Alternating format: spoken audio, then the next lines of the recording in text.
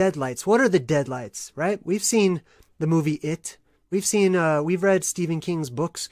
We have seen a lot of references to don't look into the light. We're going to talk about that as well. And I'm going to be responding to everyone's questions or comments as much as I can here. Okay, finished getting things set up here on my side, I think. Let me just double check. All right, plasma possession, face huggers, worldwide amnesia. We're going to get into the amnesia portion of it a little towards the end. We're going to be talking about aliens wanting your brains. Have you seen that Hulu commercial, right? Remember those old Hulu commercials with Alec Baldwin, right? It's so weird. Everything's different on my computer right now. I'm trying to make it so that I'm looking at the camera instead of looking off to the side. Anyway, Alec Baldwin was doing these Hulu commercials. Very blatant Hulu commercials that said, you know, we're aliens and we're trying to, we want your brain. We're trying to make it nice and mushy by all this TV, etc.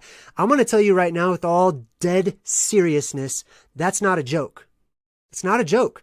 I know we like to laugh at this stuff because it's so ridiculous and it's so out there.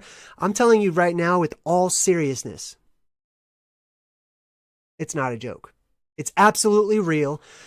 And, man, it's something I kind of talk about from time to time, right? I talk about this type of stuff from time to time. Today, we're really going to be talking about it, okay?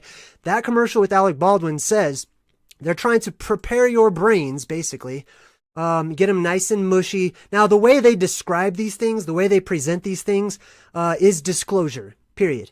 It's all disclosure. They're telling you exactly the reality of your world through these ridiculous commercials, through fantasy, comic books, television, anything but what's on the 7 o'clock news telling you, you know, what to expect, right? That's why I don't watch the news anymore. I find way more information in the fantastic and fairy tales and ancient myths and legends and things of that nature. Ted Aussie says, JayDreamerZ, the highest currency is souls. No wonder Phanazoids want them so much. Oh, we're going to talk about some Phanazoids today. And we're going to talk about, we're definitely going to talk about the plasma possession. Let me give you a good example. Oh, also we're going to talk about dream crabs. I'll reference the movie Memento, The Forgotten, things like that. We're going to talk about dream crabs, face huggers, and things like that. But first, before we do, I want to really get into the plasma possession portion of this, okay? Let me give you an idea. Remember, everyone has seen Star Wars, for the most part, right? We've all seen Star Wars, okay? So, I mean, even if you haven't, you know who Darth Vader is, right? Okay, anyways, that's Darth Vader. Before Darth Vader was the bad guy in all black, seeking to kill everyone and take over the galaxy as a type of world eater, which is very real, by the way. There is a world eater, okay? There is a world eater out there. And I talk about it all the time. It's plasma, basically. Before he was Darth Vader, he was Anakin Skywalker. Okay? He was this kid that had all this potential. Man, he had so much energy inside of him. And that's the main thing that defines Anakin Skywalker, was that he had this potential to either be the destroyer or the savior, right? I mean, in essence, right? He was going to be a mighty leader or a mighty destroyer, basically. The thing that got to him, right? The thing that really got to him and solidified his transition into becoming Darth Vader was his vibration. It was his vibratory state. It was his, he stopped having good vibes, man. The world screwed him up. The world really screwed him up, right? The people, the other people, the things, all the stuff that happened, and his emotions were building and building, and he wanted justice. He wanted something to be done about all this stuff that's happening in the world. And it was building in him, and he was just getting so upset about it. He was tired of all the talk from all of the Jedi and all these council members and all the politics involved. He was tired of it, man. He wanted to see something done. Which, by the way, as you can tell, I get very into my feelings about that, because I can absolutely relate to Anakin Skywalker, which freaks me out a little bit sometimes. I'm just going to be honest. But he became plasma possessed. What do I mean by that? The plasma comes down into our world, apart from just going around and carving out canyons, the larger portions of the plasma, raising up mountains, and all the things that the plasma does to terraform our world. Our world is permeated with electromagnetics in the form of plasma. Right now. Right now, it's all over the place, but it's in a weak state. Right now, it is in a weak and diluted state. When the sky opens up, the plasma comes in and basically fills this world back up with what I like to call magic. Or you can call it electromagnetics. You can look at it scientifically up and down all you want to. I just want to say, hey, magic's real. Magic is very real. And the world will be filled with magic, which is in the form of the plasma. I'm just messing with this stuff on the computer here. Anyway, Anakin Skywalker is a great representation of that. When he goes into his transformation, his eyes start to turn bloodshot red. Not just because physically he's just so mad his capillaries burst or whatever. No, his eyes filled up red because of the plasma.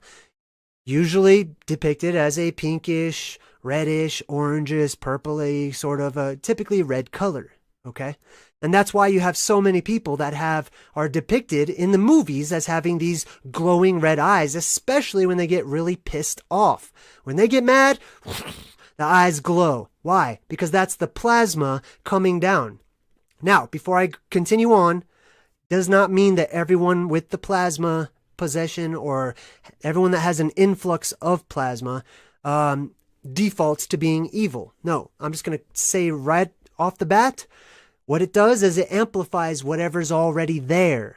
Okay? So before Anakin became Darth Vader, those feelings were already there. But that would be like us today living in a world that's very empty, right? Not empty, but diluted from the plasma, right? It's going to be filled up. Let me give you another example. So here's what happens, okay?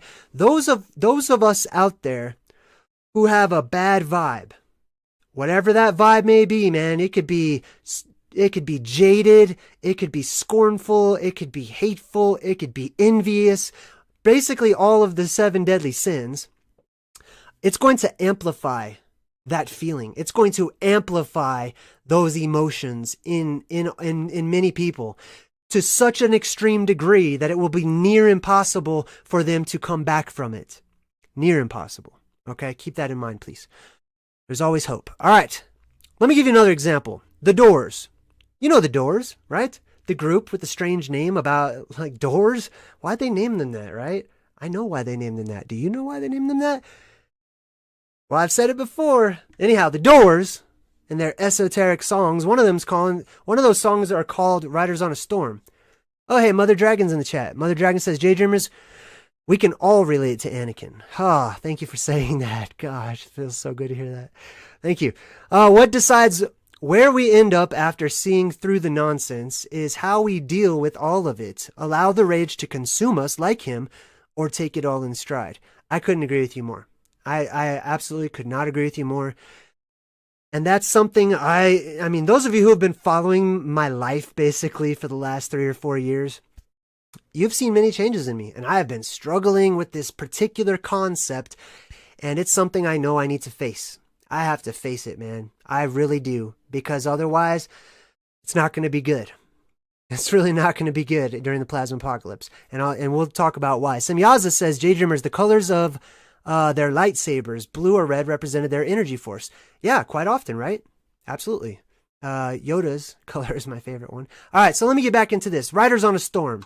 Now, I pretty much have the song memorized because it hits me right here and it hits me right here. I know what the song's about.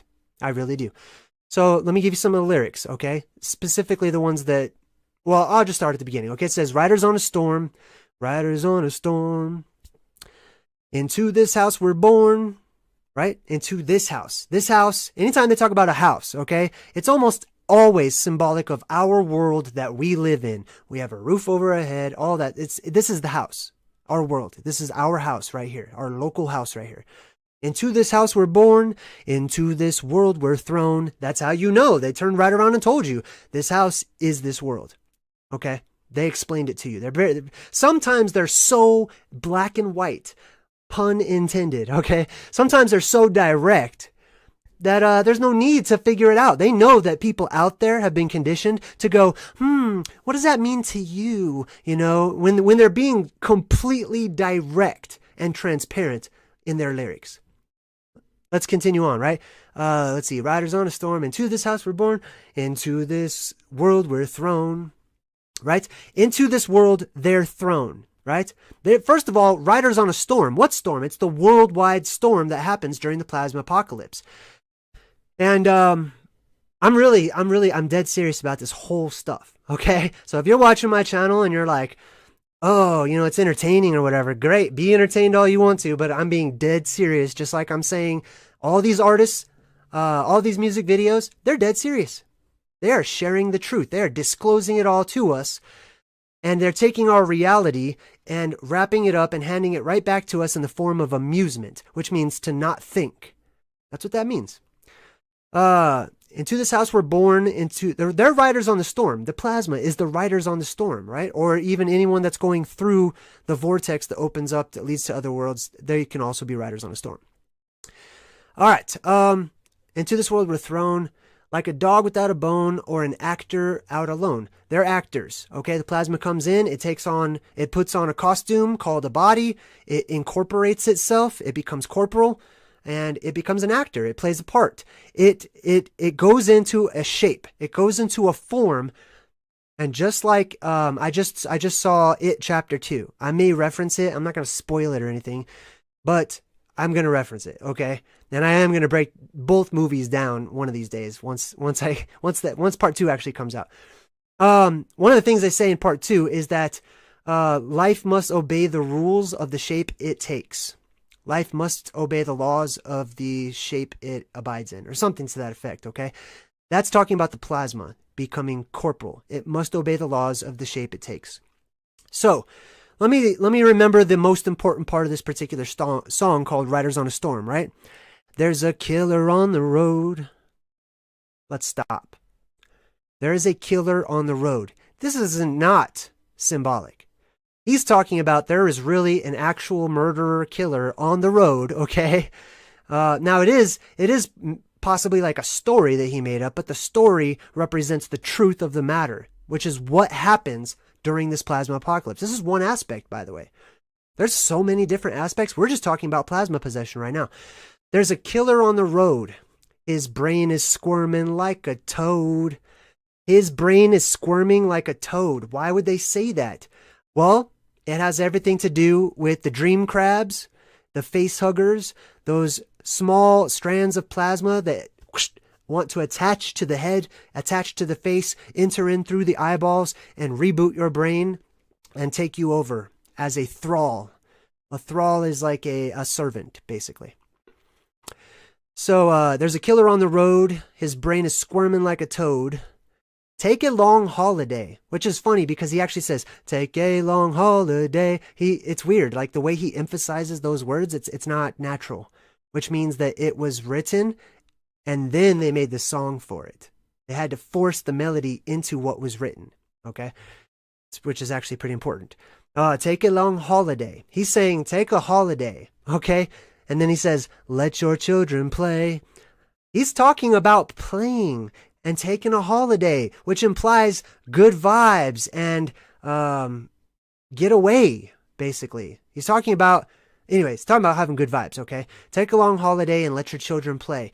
If you give this man a ride, sweet memory will die. This is the actual lyrics of the song. It couldn't be more transparent. It couldn't be more blunt and direct. If you give the plasma possessed a ride, if you're around the plasma possessed who have their negative energy or the dark side amplified, guess what they're going to do? They are programmed, they are controlled, they are a thrall, a slave to the objective of the plasma. And the plasma's objective, while it comes down, while it's connected to its source and the sky is open, it's coming down to clean house, which means to destroy to destroy people, basically. Okay. So yeah, it's going to turn a lot of people with bad vibes into murderers, basically. Rue, hey, she said, thank you all. Good Vibe Tribe and Jay for your kindness and love. There you go. You see? Rue, you have more of a chance than you thought you did. I promise you that. Jeez. Trust me. Rue's a very good person. So yeah. Riders on a Storm, Anakin's a good example of this. Jason Voorhees from Friday the 13th. He is plasma possessed. Period. Okay? Not just plasma possessed, but during the plasma apocalypse, I believe, according to my research, it will be near impossible for people to die. You can get mangled, all kinds of things can happen to you as long as the brain doesn't get destroyed. People will find it very difficult to actually die from things that would normally kill them. And it's because plasma is going to create an influx of life as well. It's a sweet and interesting, beautiful contradiction. But yeah, Jason Voorhees, he's out there. He's trying to kill all of the sinful counselors and things of that nature. He's attracted to those people that have bad vibrations. He can recognize them because he had bad vibrations. All right. Now, let me share some of these pictures with you guys. And I can't see the chat right now, but I am trying to keep my eyes on it just in case. But in order to get my attention, please type in @JayDreamerZ. Like Sem Miyaza did. He said people still don't see what is being presented to them in movies. They don't. And most of them will not. They won't. They're hypnotized. There is a spell, a real, actual, magical spell that has been cast over us. Okay? A veil, if you will. And I will be talking about the veil when I get to Doctor Who. Excuse me. Let's see here. It said they're so occupied by day to day, they don't connect to the same symbolisms in them. That's a great comment. Thank you so much. Let's move forward here. I've talked about this guy before. This is the DC universe. You know, Superman, The Flash, Batman. Anthony just donated. Thanks a lot, man. I appreciate it. That's, what is that movie? I forgot what that movie's called. Anyway, this is the end, I think. Thank you, Anthony. I really appreciate it, man. So check this out. This is Starro from the DC universe. He is a world eater. There is a such thing as world eaters. It sounds ridiculous. It sounds like it has to be fiction. It sounds like it has to be made up. It sounds like it can't possibly be true. They don't want to believe it's true. Did I change the scrolling thing? I did not. Oh man, let's get rid of that then. Bye, scrolling thing. All right, anyways. Sorry about that. I'm probably going to take the scrolling thing off because I constantly forget to update it.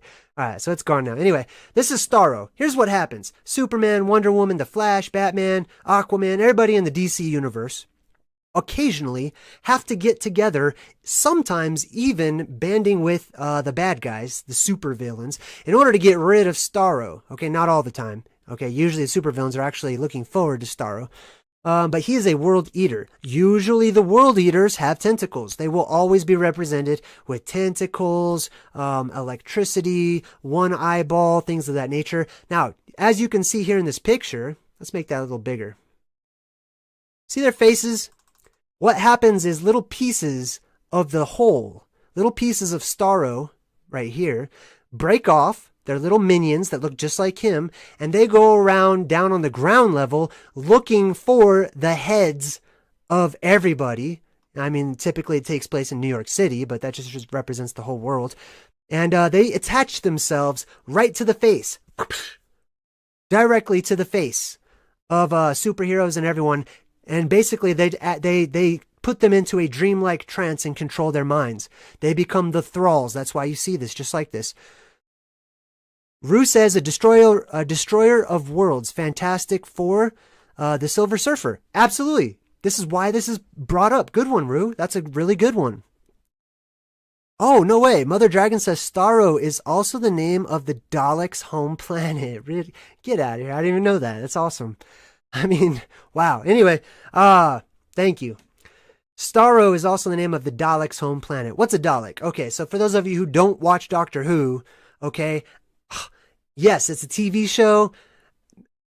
Here's my deal. Watch like 2 episodes. That's it. Start at the very first one, okay? Whatever, either the old ones or the new ones. But if I was you, this is what I did. I started on the new ones. Start on the new ones. Watch like 2 episodes. You don't like it? Fine. Totally fine. But believe me, oh, there's so much esoteric truth in that show. I love it. But yeah, Dalek is basically a one-eyed brain with tentacles. Okay. All right. Let's skip this one. All right. Face huggers. So, all of this stuff you're seeing right now, okay, is a combination of different types of symbolism. The face huggers most likely are not actual physical crab-looking things like you see here, although I wouldn't discount it, because this is also symbolic of the phantazoids, okay, which tend to open up from their face, and that's how they eat, okay? Just like microbacteria or whatever, things on the microscopic scale. That's because up there, they're not microscopic, they are macroscopic. Anyhow, the plasma comes in and it gets smaller as it comes down into our world. And in between the largest legs of plasma or tentacles of plasma, there are smaller forms of plasma. Because remember this, our world will be inundated with plasma. Our world will be inundated. I mean, it's everywhere right now, but it's diluted. When the sky opens up, all of that plasma will fill up our world to the brim, okay? It's going to be everywhere, all over the place. So you're going to see plasma in all of its forms. It's going to be lightning. It's going to be ball lightning. Attack of the Killer Tomatoes, that's about ball lightning plasma. Going around trying to find, whatever. Same thing as Jason Voorhees and everything else. Plasma is going to be everywhere, okay? So here's what happens. Some of those smaller strands of plasma, they go around and they are attracted to, first of all, they can read your aura, okay? They can read your electromagnetic field. They can see it. They live in between worlds. They live between the spirit world and the corporal physical world. They can read your aura. You pop up like a color on the radar, okay? And super dead serious about this. So anyways, yes. So what they do is they like to go around and they want to dock with your brain. That's what they want to do. This is a data collection harvest. That's what this is all about, okay? It's all about scraping up those experiences and then resetting it all and learning some new experiences. That's what it's all about. It's called Know Thyself on the greatest, grandest scale of everything, okay? So the plasma comes in. It's usually represented kind of like this in the movies, it'd be like some sort of one-eyed thing that has a big red eye, or maybe it'll shoot a laser out, and it wants to attach itself to your head. Why? Because your brain is in your head, and the bad guys want your brain, okay? They don't care about your physical brain itself. No, they don't want to eat your brain physically. I mean, that could be a possibility, but what they want is what's valuable in your brain, which is your memories. They want your information. They want to upload your experience. So, this picture right here is actually from The Agents of S.H.I.E.L.D., a TV show. This is from season 7. This guy, he's like, what do you want? And the other guy's like, your face. And he puts this big one-eyed star-looking thing, and it starts to suck off his face, basically. Starts to suck his face right off of his head. And this is just symbolic. You have to learn to see these things. And once you learn the basics, you're going to see it everywhere, all over the place. And what it does is it typically enjoys, and it's easiest, to enter in through your eyeballs. Okay? The eyeballs are the window to the soul. Your pineal gland, your energy, your aura. If anything wants to get into you, the eyes are probably going to be one of the easiest ways, believe it or not. Anyway. So yeah, that's symbolic right there. Let's check out some more symbolism, okay? Right here, this used to be one of my favorite movies ever. It's pretty classic, okay? This is, I think, what is it, Batman Returns? I can't remember which one it's called. It's one of the Batman movies. And it's got the Riddler and everything in it. It's got Two-Face. The Riddler makes this contraption called the box. Hold on. Looks like I missed a comment. Rue, I am Groot, says JayDreamerZ. Plasma everywhere. Like all the Alien movies show smaller ships or beings. Yes, absolutely. So here's what happens. The Riddler creates this box that you see put on top of people's televisions, right? I think I might. No, I don't have another one. We'll talk about that guy in a minute. He creates this box, and what he does is he has this little controller, and he sticks it to his head, and he sucks out the memories and the experiences and the knowledge of the people who are watching the box. Guess what the box is? right? Well, I mean, the box is different things, but on the movie, the box is the television, which is programming people, which is just like Alec Baldwin said in the commercials, we're Hulu and we're aliens and we want to eat your brains. Like with a tone of voice that implies, I hope you take this as a joke, because this is really our goal. If you take this as a joke, we win, because that's exactly what I just told you I wanted to do. Sean Wheeler just said, Raiders of the Lost Ark, don't look no matter what. Man, that's a good one too. I couldn't agree more. Raiders of the Lost Ark, right? They open up the ark, which is an arc, which is an arch. When the arch is opened up, right? All the spirits start going everywhere. Indiana Jones, aka Harrison Ford, who I might actually talk about in a little while, says, don't look at it, right? And guess what? They survive. All the Nazis and bad guys, and they all, the plasma spirits, the ectoplasm goes in and it possesses and kills all those people.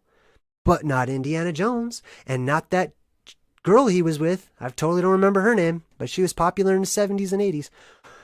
Ted Ozzy said there was a cartoon called Grim Adventures with Billy and Mandy. There was an episode dedicated to a one-eyed tentacle, it, that drained brains and made a zombie army with a song and everything. I didn't even know that, but guess what? I'm not even surprised at all. It's the same story told over and over and over and over. It might seem like there are billions of little pieces to the bigger picture, but I don't know if there are, man. I don't know if there are, because when you find those crucial ones, once you find those corner support pieces, it becomes so much easier to fill the rest of it in. So yeah, anyway, here's the Riddler. They're sucking out people's brains, and he even has a song about it. I'm sucking out your brain, or whatever. Let's look at Stranger Things. This guy right here, his name is Billy, which is just a play on words for bully, basically. Okay? This guy was a jerk. All right? He's a bully. I don't like him. Okay? I do not like this dude in Stranger Things. Let me make this bigger. How do I make it bigger? Oh, hold on one second. Give me one quick second. We're going to make all this bigger. If I can figure out, let's see, webcam, background, here we go. Screen share? There it is. Unlock, booyah. Okay, let's make this bigger so we can all appreciate it. Man, I'm hyped up about this particular episode. I really am. Because I take it personally, man. I have felt plasma possessed in my life. I don't like it. I do not like it at all. And that means big flag waving for Jay, like, bro, you need to look into yourself. You need to fix yourself. You have to overcome this with peace, neutrality, love, selflessness, etc. This is a personal thing for me. And it might be for you guys as well. So anyways, this guy was a bully in Stranger Things, okay? He was a jerk before he met the Mind Flayer. Mind Flayer. The thing that flays your mind, right? Gee whiz, like, that's exactly what happened. I think I might have a picture. So anyways, he was a jerk beforehand, right? Remember I said this plasma is going to amplify whatever your energy is, okay? So if your energy is a jerk, like this guy was, guess what happens after the plasma possesses you? Guess what happens after the Mind Flayer or Demogorgon or whatever you want to call it, right, attaches itself to your face, right? Let's look at the movie It. I forgot this dude's name. What was his name? If you remember in the chat, let me know. I forgot this guy's name. But basically, he's this bully in the movie It. He was made a bully, which also upsets me, by his loser dad who treated him wrong, right? So he grew up learning that this is the way you're supposed to live. This is the way you get attention. This is the way people respect you. This is the way you make friends, etc., right? I mean, ultimately, that's too bad. I feel sorry for this kid. And who knows? His dad probably suffered from the same cycle. We have to break this cycle. It's not easy. I mean, it's easier for me to say that than when it comes down to the practice of it. But God, we have to break this cycle. So this kid was a bully beforehand. His energy was off. His energy was bad before meeting Pennywise, right? This is him later on in the new movie. I forgot his name. What the heck is this dude's name?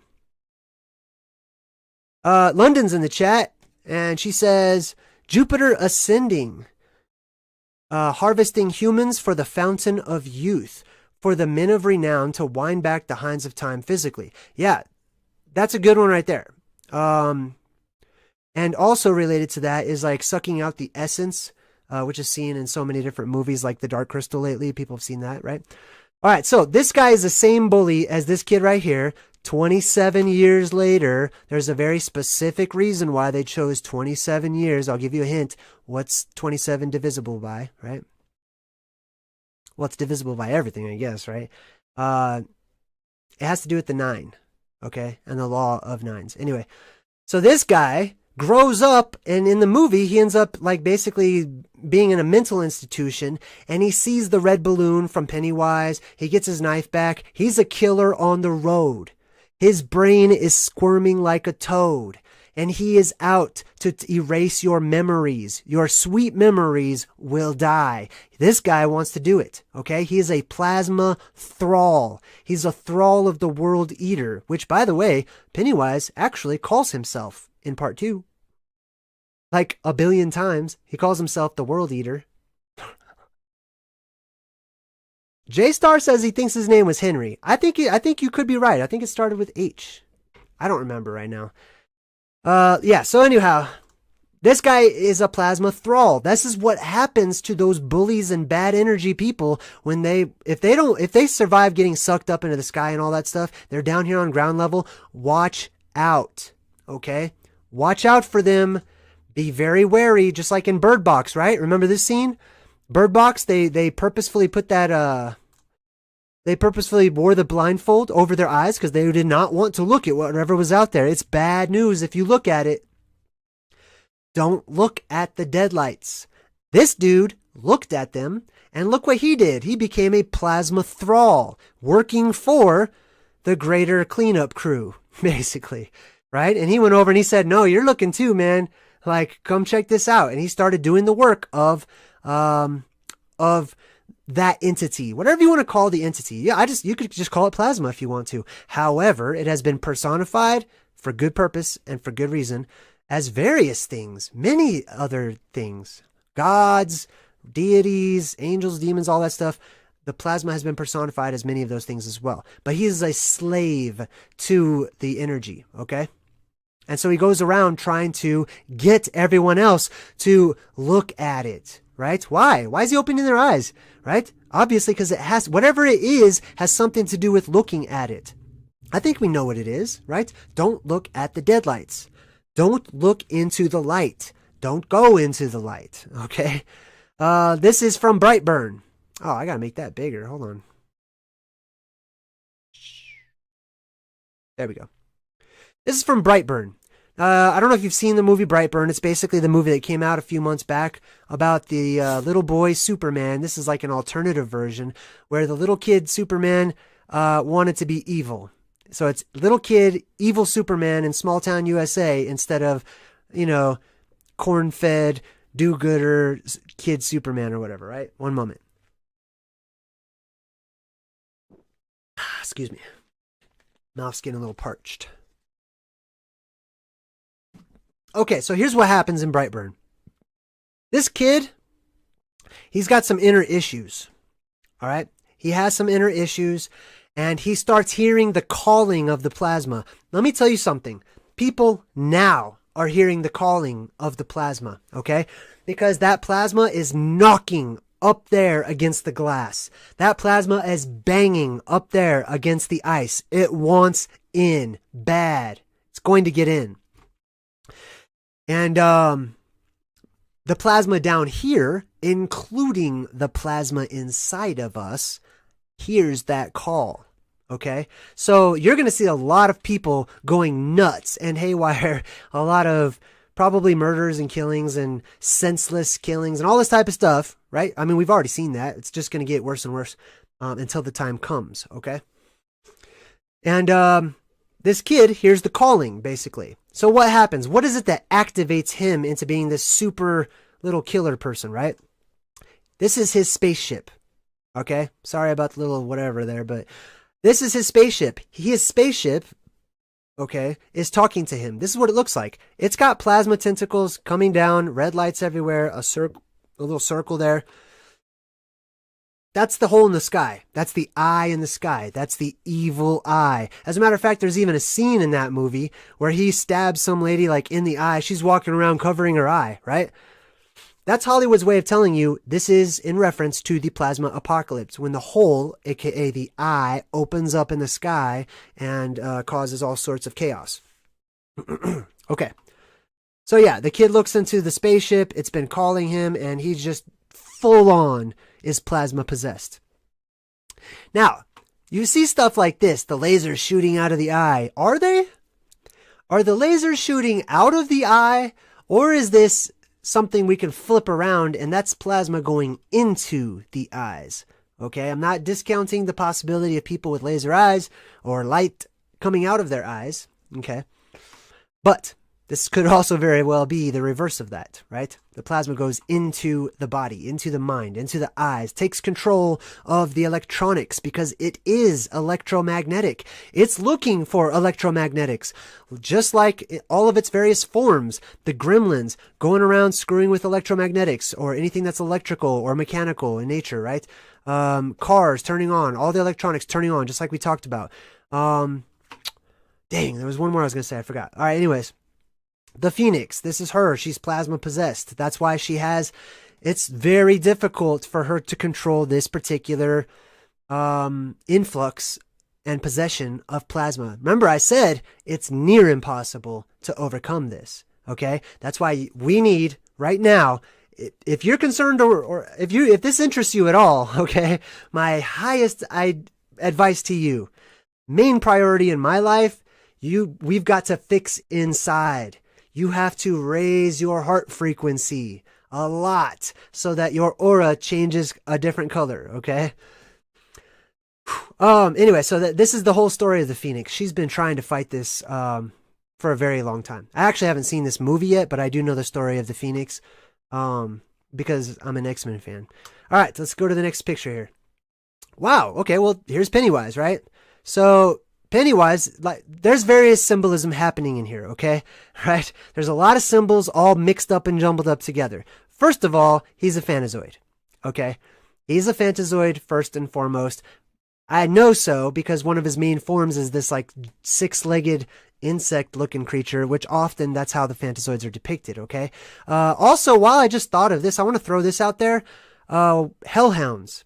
Hellhounds are real, okay? They are they're a type of phantazoid, okay? They're not dogs, but they sort of remind us of dogs, okay? But they're a type of phantazoid that comes down and runs around and tries to get people or whatever, okay? I don't know why that popped in my head because I've been wanting to say it in one of my live streams. I just keep forgetting. Yes, he's a clown. Yes, that represents the killer clowns from outer space. That represents the phantazoids out there that have that white color to them, that shimmering white color. They have the shine, etc. That's where Stephen King has the shine. So anyhow, this guy opens up his mouth. Inside are the deadlights. Okay, this is symbolic of the sky opening up, the deadlights up there. Okay, and what happens when you look into the deadlights? Well, bad stuff happens when you look into the deadlights. Unless you happen to survive, unless you happen to be strong enough or you overcome or somebody else shakes you out of it, right, and helps you out, then possibly you actually have a connection with the deadlights, which means you have a possible strength or gained power, okay? So these are the deadlights when he opens up his mouth. This is actually... Yes, this is when he opens his mouth. He does have the deadlights in him, but this is also, as you'll see in part 2, this is a grander thing that we're looking at, okay? You're basically looking up into the sky at the deadlights coming down at you, okay? At the plasma coming down at you. Now, this one's symbolic. It's got 3 lights. Now, I don't know. I've kind of guessed at what the 3 lights could possibly be. One of my guesses is it's the sun, the moon, and the circular shadow that's cast by the prior hole that's up there in one of the domes in the sky. But anyway, that's just speculation. I'm not 100% confident on that. But anyway, that's the deadlights, okay? You look into the deadlights, you're gone. You're going to float. That's the other thing, too. Floating, getting sucked up into the sky, is often typically associated with staring at these lights that tend to possess people and take them over and tell them where to go and what to do, right? This is just one example of that. Now, here's Doctor Who. God, I love Doctor Who. This is an episode where he goes to the North Pole. He actually gets the help of Santa Claus. It's very fantastic and it's storytelling, right? I don't know how many people liked this one, but I loved it, okay? He's holding a jar that has a dream crab inside of it. The dream crabs look like this, basically. Okay, they're claws. The plasma is usually, that's how it's drawn, okay? A hand is a perfect representation of plasma.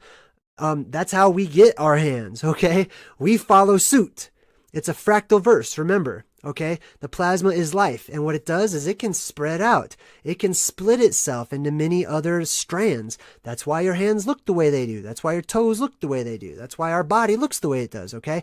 So it's often personified, or not personified, but it's often depicted or symbolized by like a claw, or a hand, or a glove, or tentacles or something that has like a main source and branches out from there. All right.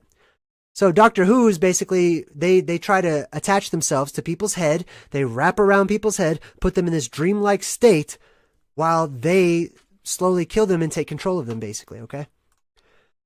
And I believe this is what one of the dream crabs looks like once it's attached to somebody in that particular episode of Doctor Who. This is also from the Batman that I showed you guys, right? This is that box, and it's sucking out her memories while she's just watching Hulu or whatever, right? That's exactly what's happening. They are going to harvest your mind, basically. That's why he's called the Mind Flayer. This is very real, okay? And all the bad guys wanting your brain for some reason. This is why. It's a very real thing. It's going to come down. No, it might not suck out your physical brain. No, it might not want to take a bite out of your cerebral cortex or something, but it wants the information, okay? It wants the experience, okay? Why does it want the experience? Why does it want the information? I'm going to leave that one up to you to try to figure out for a little while. This is the movie Alien, like Rue was talking about earlier, right? These are called the face huggers. This is their whole entire deal, is to wrap around your face. They paint them this sort of albino color because that's the color of phantazoids. That's the color that phantazoids typically are. White, in essence. Pearlescent, to be specific. Pearlescent, opalescent, shiny, shimmery, white color with many other little, shimmerings of other colors mixed in there. Which is why all of the... That's why all of the mystical animals and many mythical animals, or mythic, I should say, mythic animals, are painted as white. A unicorn, a white unicorn. It's always a white unicorn. A white buffalo, right? A white horse. It's always this white color. That's what that represents. Now, let's look at this guy. This is Uncle Fester. He's in the Addams Family. You might remember him. He's the family member that can put a light bulb in his mouth and it turns on. Okay? It's not a joke. It is literal. It is very real. Right? The plasma, the electromagnetics will be full in our world, allowing us to have certain abilities because we are full of electromagnetics. Sean Wheeler says JayDreamerZ, Deadlights and Vampire's Gaze. That's a good one. I like that one. Vampire's Gaze too. Festus. Anyways, this is Uncle Fester right here. Now, let me tell you what happens in this particular movie, okay? They're looking for Uncle Fester. They don't know where he went. He just dropped off the face of the earth. What had happened is that Uncle Fester went out there, got electrocuted in a storm, and got amnesia. He went by the name Gordon, and some lady came in and tricked him into telling him he was somebody else. He took on an entirely different identity. This is going to happen. I believe this is going to happen, I should say. That's my belief, or maybe not belief, okay? It is my very strong idea at this particular moment in time that this is going to happen, okay? I am subject to growth and changing my mind, etc. But the closer I get, the closer the times come, the more I'm like, man, oh man. Like, I asked Jenny the other day, I'm like, where is this coming from?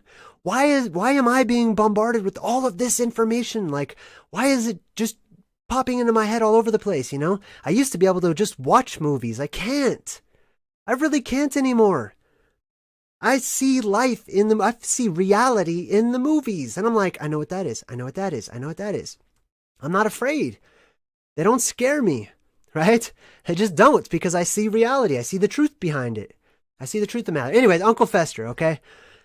Also a killer clown from outer space. And if you saw my breakdown of the Dark City movie, remember how all those aliens in Dark City, they were all dressed and looked just like Uncle Fester? There's a good reason for that. Anyway, Uncle Fester was zapped, boom, in his head, got amnesia, forgot who he was, didn't know who he was, and he has the ability, he has some sort of electromagnetic power where he can at the very least perform some sort of parlor trick and put a light bulb in his mouth and turn it on. That should tell us something, okay? Because he's full of electromagnetic power. He is plasma possessed, okay? It's not always a bad thing, okay? I'm just saying. I just want to throw that out there. But we are being warned of it ahead of time, about the bad side of it. There you go. See, look at that. He grabs it from Pugsley, sticks it in his mouth, the light bulb turns on. It's not because he's just a weirdo. Stop. It's because he has electromagnetics permeating his body. Okay? He is an electrical being. This is telling us something. Facehuggers, okay?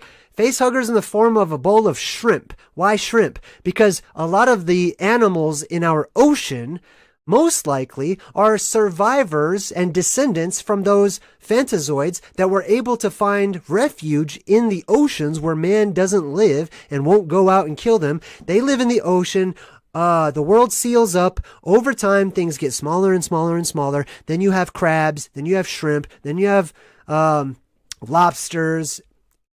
And then you have the God of the Bible saying, don't eat that crap. I'm just saying.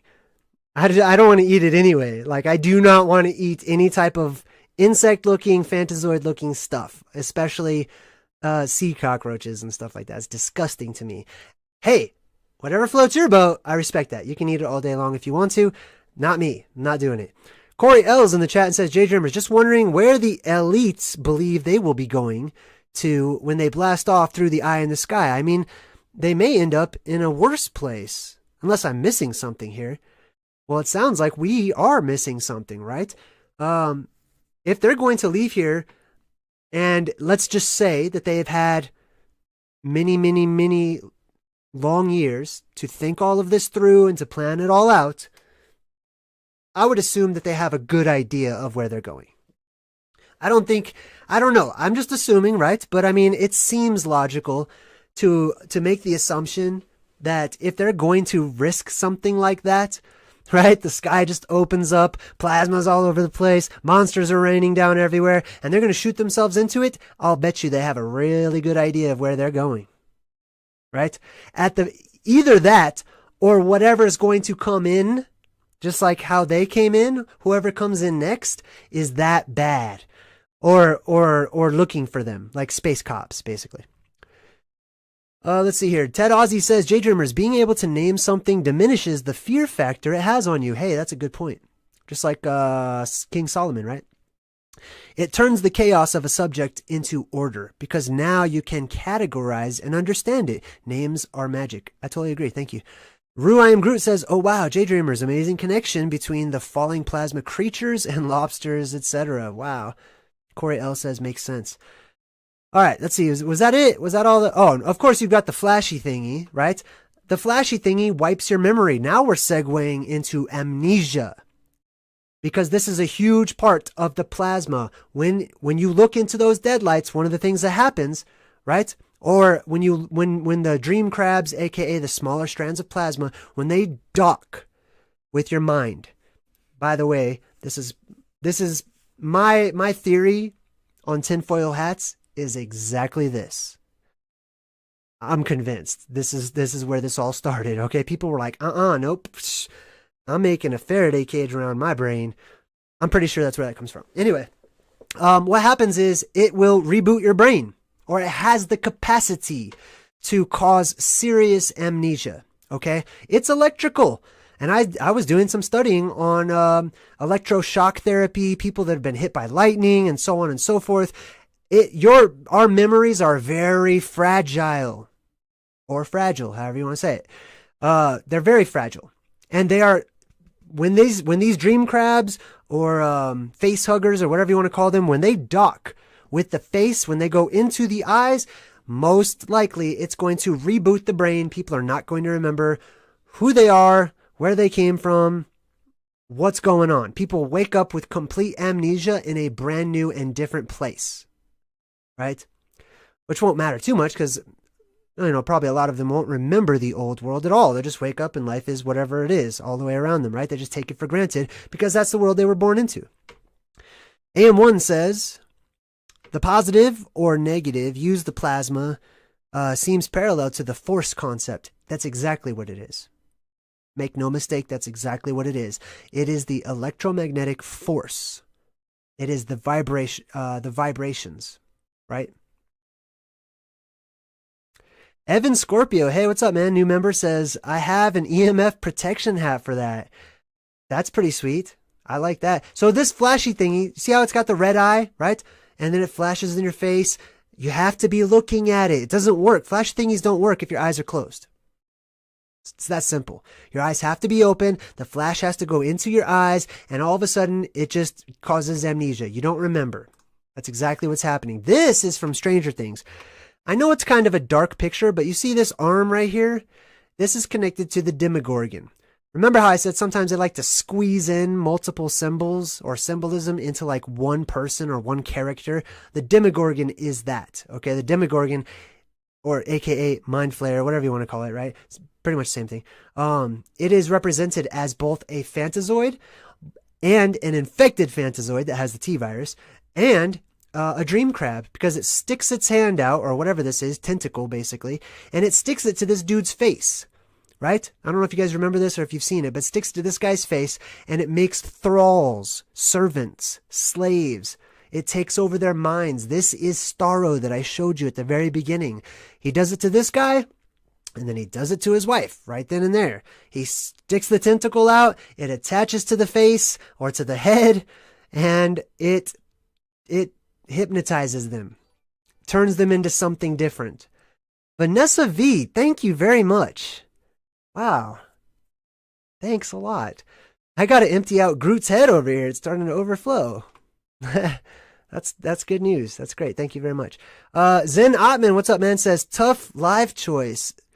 7 Bomar and JayDreamerZ live streamed same time. Okay, so somebody else is live streaming at the same time. That's pretty awesome. Well, thanks for being over here. That's pretty cool. I'm honored. All right, let's keep going. This is from the movie Minority Report. Okay, this is a good movie. I don't really like Tom Cruise that much.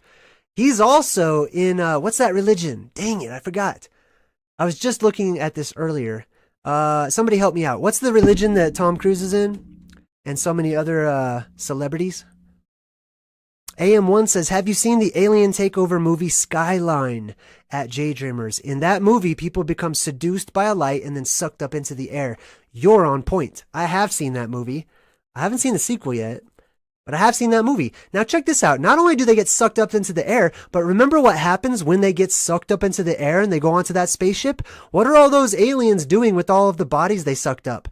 They're trying to get their brains, remember? Oh, Scientology. Thank you, everybody in the chat. All at the same time. In one voice, they all cried out.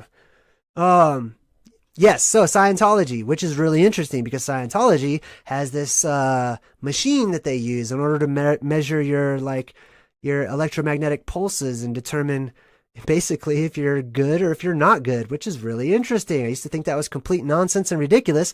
Now I'm like, that's interesting, right? Anyway, let's go back to this picture. Minority Report. Here's what's happening in this particular scene right here. Tom Cruise, all right, is hiding from these spiders. They even call them the spiders, right? And they are electromagnetic. They're robots, whatever you want to call it. They are plasma, period. Okay? That's what they represent. And if you notice the shape, I've pointed out that shape before, right? Do you guys remember what that shape is? The Y shape or the upside down Y shape, whatever you want to see it. Anyway, so what happens is he hides in this bathtub, Okay, he's trying to like trick the system. He's trying to drop off of their radar. So he hides in the water, which is also very symbolic.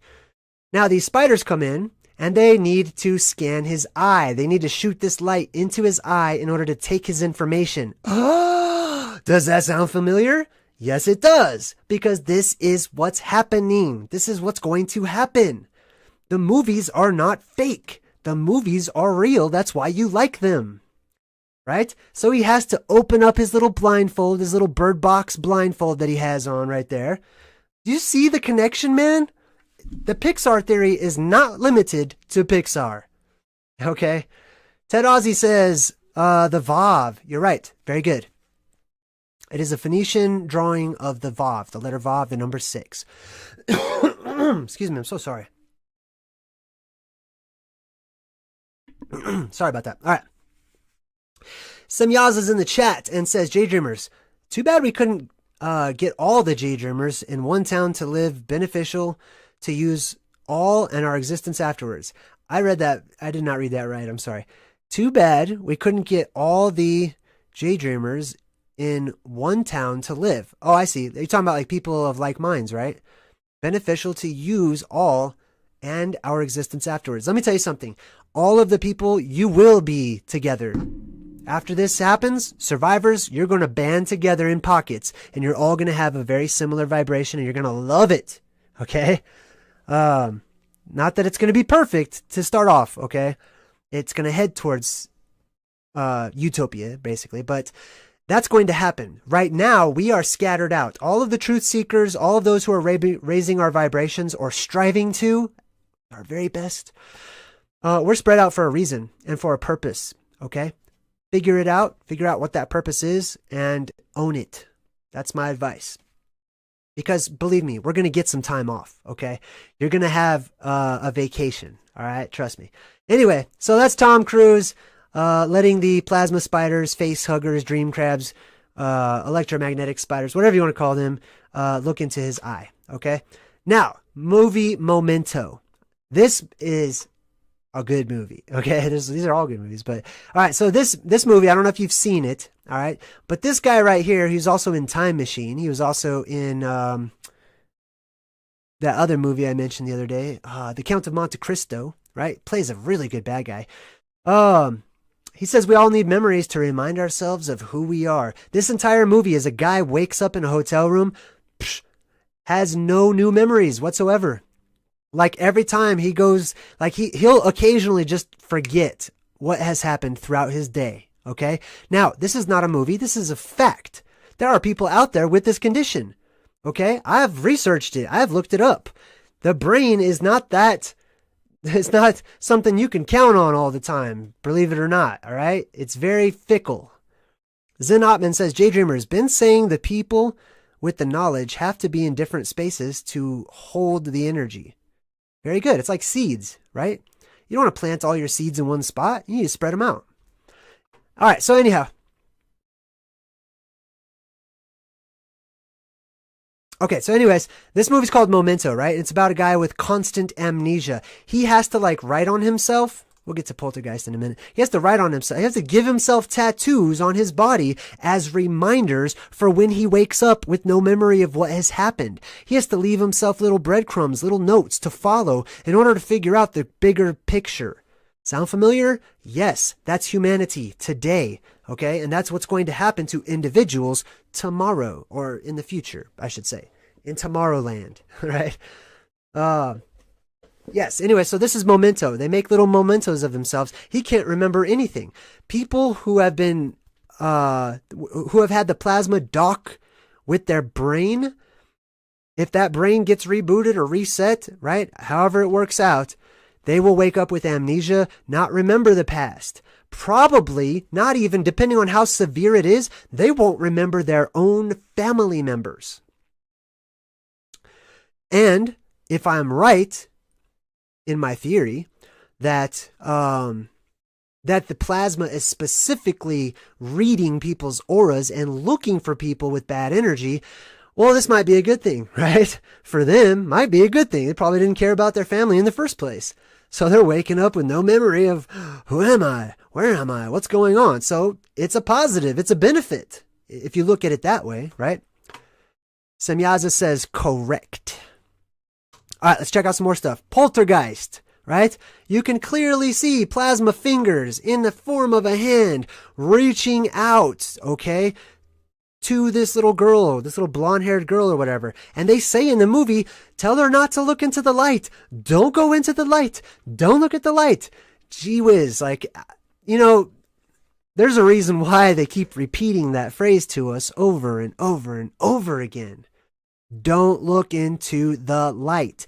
Don't look back when you're running away from the town that's being destroyed by it, right? As Lot's wife found out the hard way. No, don't do that. Be focused. Be calm. Project love and good vibes. Try to be aware of how you're feeling and stuff like that, but don't look into the light. That's what that's all about. Tell her to stay away from the light. You know what I'm saying? Anyway, here's another good example. Okay, Lord of the Rings, right? There's this light. There's this ball light. This is more like Attack of the Killer Tomatoes. This is your ball lightning or whatever. Plasma is going to take various forms, not just giant lightning moving around in slow motion above our heads. That's one form it's going to take. It's going to take many, many forms. I wouldn't even be surprised if it literally looked in some places like ghosts that look just like you. That it looks at you and then it starts to shape itself into your shape. Okay, just like in Ghostbusters, the original, the good one, right? Anyway, so this, I don't know if you've seen Lord of the Rings, but basically they touch this little ball of light, which is Sauron's ball, right? Remember the Eye of Sauron, the ruler, which is basically what his name means. Sir, Sauer, Sor, Caesar, Khazars, right? It's all the same word. It means basically dictator or leader, right? Well, let's see. If you break it down, it's the letter S, which is teeth, and it is the R, which is the head or top. Teeth on top, head on top, eater, things of that nature. Anyway, so this guy touches the light, right? When you look into this magical crystal light ball or whatever, these people in the movie, they become like, they become overwhelmed with this like bad vibes, basically, really bad vibes. Okay, like that's the whole thing with the ring. Like whoever was holding on to that ring, like they were tempted to just use the ring for some seriously messed up stuff, right? And I'm telling you right now, if you find yourself in this situation, excuse me, I'm so sorry. All right, if you find yourself in this situation, be very, very, very vigilant. Be very aware. Be very cautious. Okay, not afraid, just wise. Be wise as serpents and gentle as doves, according to a popular book, right?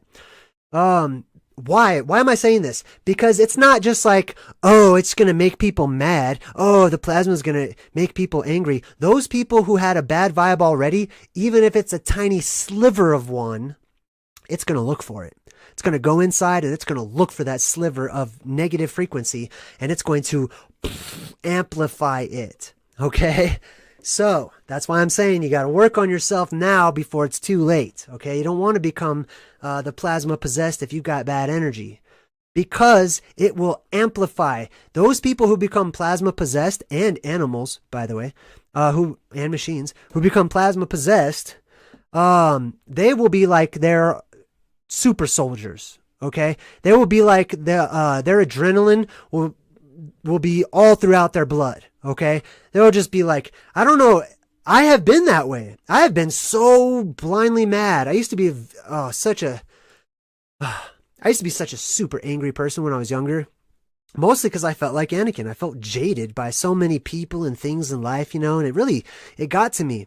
And I have been that mad where you'd go into like a blind rage. You don't want that to happen to you. Trust me, you don't want that to happen to you where, like, I mean, it's like, you know, if for those of you who drink alcohol, if you've ever been out partying and you black out, you're doing stuff, but you don't remember what happened. You're not even in like control of yourself. That's what this is going to be like to an extreme more degree. Okay. Worse, stronger. So these people are going to be amped up. Just like, what was that what was that movie? Dang, I forgot what it was called. It's that there was this movie that had Nicolas Cage, and he was this amazing psychopath guy, on some other world or something like that. What was that called? I'm trying to remember the name of that movie. Help me out if you can. Well, thanks. I appreciate it. That's good. I get mad. I've been mad. I was mad today. I was mad earlier today. I really was. Which is, I see a lot of signs. I take a lot of signs from my own personal cues and stuff. That's why I like to share my path with you guys. Okay. I'm working on myself. I hope that sharing it with you will help you out. You know what I mean? So that you can relate, so that you can see myself as an extension of you, as a reflection of you, hopefully. I forgot what that name was. Anyways, not Carrie. What was it called? It was a girl's name, and it was on Amazon. But anyway, Nicolas Cage fights these demonic people who are basically plasma possessed, and they're drinking like this weird drug liquid or whatever it is, and it soups them up and it makes them like super enraged and really strong. I forgot what it was called. Anyway, who cares? All right, but you get the point, okay? Stay away from those people. Just stay away from them, okay? And maybe you could develop a test. I don't know, some sort of a test to see where they are morally. You know what I mean? Like, are they good or are they bad? Just be careful. That's all I'm saying, right? And I think you will be anyways. Oh, somebody mentioned this earlier, right? This is from Skyline. So what happens, this guy, he goes and he looks at the light, and all of a sudden, like this black stuff starts spreading across his face, and he becomes possessed. He's entranced by the light. He's entranced by it. He can't even help himself. He has to look at it, right? To those who are looking at it, it's going to be the most beautiful thing they have ever seen in their life. That's why people stare at it. Ted Ozzy's in the chat and says, JayDreamerZ, I still get that blind rage sometimes. I'm working on discipline, the only remedy. Transmute those impulses into exercise and studies. Good, man. I'm proud of you. I really am. Keep doing that. I wish you the very best in trying to let it go, because that's what we need to do. That's the energy of the world that's going to go away. Okay? It's that masculine, strong, forceful, energy, and the energy is flipping. The poles are changing, right? They're flipping around. It's going to go to a female energy pretty soon. I mean, it's going to hit neutral, then it's going to go back to a female energy. And the plasma's here to get rid of all of the prior energy. That's a part of its purpose. It's going to get rid of that. All right. Doctor Who and the Veil. Okay, so this is a very awesome episode. One of my favorite episodes of Doctor Who ever. Hey, am I talking too loud? Am I too close to the microphone? I just happened to look, and it looks like maybe I'm talking too loud. I can turn this down a little bit. I don't want it to sound all crackly. I'm going to turn it down a little bit. All right, so, nope, turn it down a little more. How about this? Is this okay? I still want to be able to talk as loud as I am right now, okay? But I don't want it to be all crackly. That just, it irks me. Okay, so how does it sound now? I turned it down a bit. I didn't turn it down too much, did I? I like it to be so that when I turn on the phone and I go over my own video, I don't have to turn the volume all the way up full blast just to hear myself. Now, see, thank you. Vanessa says it's too low. Okay, I'll turn it back up a notch. How about right here? How does that sound? Is that good? Let's work it out. Let's work it out together right now. People are like, come on, damn it. Just keep going. No, but I really, the sound has to be good because we're talking about vibration. We're talking about sound. And I need to sound not crackly. Not bad. Okay, cool. All right, so thank you. But yeah, if you ever have any like suggestions, like, hey bro, your mic is too loud, or hey bro, turn the music off, or whatever, you can let me know. It's totally cool. I'll listen. All right, back to Doctor Who. So here's what's happening with Doctor Who, okay? Basically, he's inside of this maze, this island maze, all right? And he's being chased by this creature called the Veil. Now, I took a freeze frame here, or this may be from the internet, I don't remember. This is Doctor Who, and the veil catches up to him. Now, here's what happens when the veil catches up to him.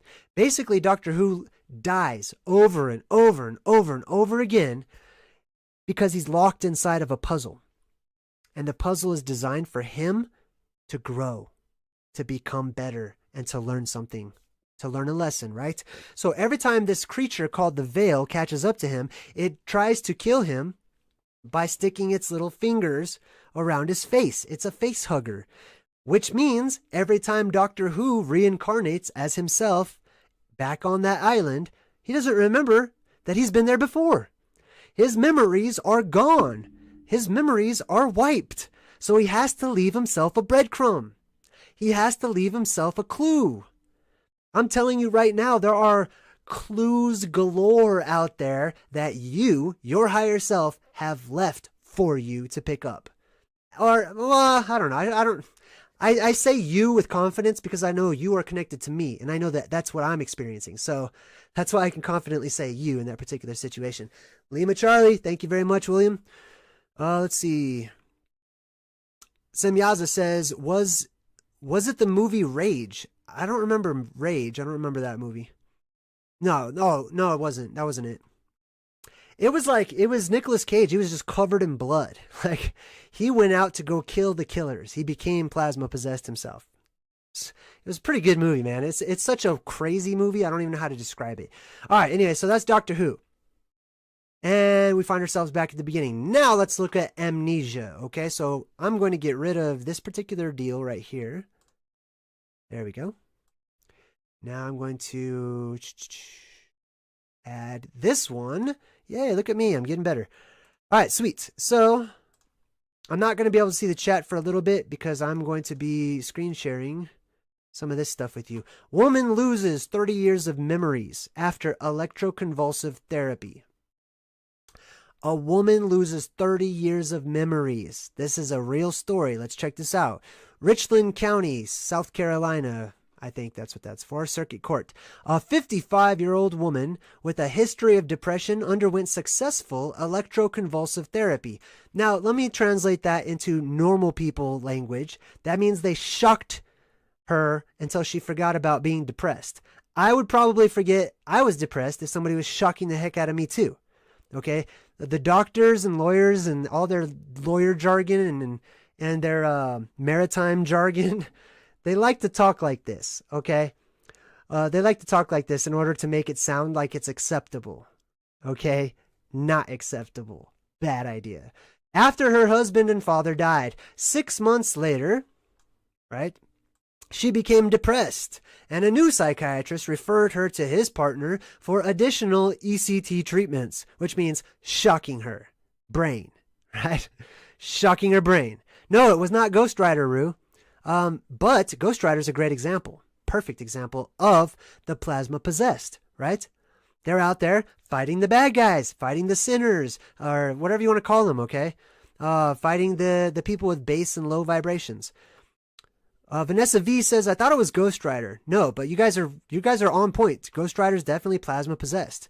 London says, JayDreamer, sorry guys, gotta go. All right, hey, thank you so much, London. I appreciate your good vibes. Have a great rest of your day. Let's read the rest of this here. The partner administered outpatient ECT at a hospital daily for 10 days. Okay, let's translate that into normal people talk. That means they shocked the crap out of her brain for 10 days straight. Right? The referring psychiatrist wrote in the patient's chart that the patient experienced memory loss. Right? Experienced memory loss. I love how they talk, man. It's just the most ridiculous thing I've ever seen. And severe cognitive problems. Jesus, man, like, it doesn't stop. Basically, this means her brain stopped working, right? It stopped working the way it should during the initial ECT regimen, which means, wow, go figure, while they're shocking the crap out of her brain, it stopped working the right way, okay? But did not report this development to his partner and allegedly encouraged the patient to continue, which means they went, this is probably bad, let's not tell on ourselves, and let's keep doing it. That's what that means. After the second round of shocking the crap out of her brain treatments, the patient suffered brain damage and lost all of her memories from the past 30 years. Check that out. including the births of her children and her job skills, leaving her unable to work. So this is coming from a court case, okay? In case you couldn't tell by the language, all right? It's not English. It's not any language that you know. I'll promise you, okay? Some of you do. Some of you can speak this, but I don't really speak it, but I recognize it and I know how to translate it. Semyaza says, JayDreamerZ, I know a league of extraordinary gentlemen. Dr. Jekyll drinks a potion to activate my hide. Yeah, that's a good one. I really like that movie too. Dr. Jekyll and Mr. Hyde. Mr. Hyde's the monster inside. You see what I'm saying? There is a Mr. Hyde inside. You need to kill him. Okay? There is I wrote this song. How did that lyric go? I wrote this one lyric. It says let me try to remember this particular lyric, okay? Just bear with me for a second. But it goes, goodbye, my love. It was never meant for us. As I walk away from you, I don't want to leave you. I don't want to leave you, but I'm sorry. Goodbye, my love. Oh, anyways. And then it goes, let's see. Damn it, I can't remember right now. 1 second. It's there. It's on the tip of my tongue. Let's see. It goes. Forget it. Just forget it. Okay, I'll remember another time, I promise. But anyways, it was about like the Loch Ness monster locked inside of me and somebody needs to hire a locksmith. Something along those lines. Okay, I forgot. But yeah, there is that energy, okay? If you have it, rectify it, remedy it, get rid of it. Recognize it, admit it, talk to yourself about it, and look for opportunities to rid yourself of any type of base vibration. Light some incense, meditate, sing, do things for other people, whatever you have to do to change it, because if you don't, the plasma will latch onto it and amplify it, I promise. All right, so let's continue reading this crazy court case. We're not going to read all of it.